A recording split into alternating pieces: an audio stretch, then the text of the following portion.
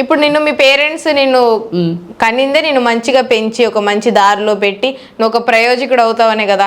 మరి వాళ్ళు ఈ వీడియోలు చూస్తే వాళ్ళు బాధపడతారు, నేను మారాలి మంచిగా ఉండాలి. ఎంటర్టైన్మెంట్ ఓకే, నువ్వు ఎంటర్టైన్మెంట్ బాగా చేస్తావు, అందరిని నవ్విస్తావు. మరి ఎందుకు ఎంటర్టైన్మెంట్ నుంచి సడన్ గా ఇటు 18+ మైండ్లోకి వచ్చేసి అది చేస్తావు ఇది చేయడం ఇవన్నీ ఎందుకు? వాళ్ళు బాధపడతారని ఆలోచన లేదా? అవన్నీ ఆలోచనలు లేవు. మరి ఇంకే కన్నా పేరెంట్స్ మీద నీకు అంత ఆలోచన నేను ఏం చేయని చెప్పా, ఓన్లీ నేను 3 మెంబర్స్ని పర్టికులేటర్గా పట్టించుకుంటా. పర్టికులేటర్ అంటే నాకు తెలియదు కాబట్టి నేను అంటున్నా. సరే తెలిసే దాని గురించి అన్నాను.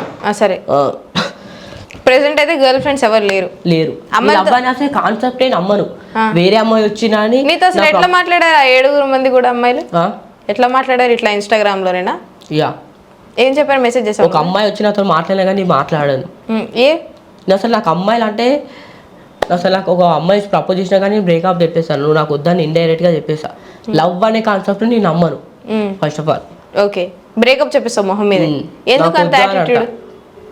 ఒకవేళ లవ్ అని చెప్పకుండా ఫ్రెండ్షిప్ గా కలిసి తిరుగుదామంటే ఓకేనా నీకు? నాకు అసలు లవ్వే వద్దు, ఫ్రెండ్స్ వద్దు, ఎవరు వద్దు. అంటే ఫ్రెండ్స్ ఉన్నా కానీ బాయ్స్ ఉండాలి ఓన్లీ, గర్ల్స్ అయితే అస్సలు వద్దు.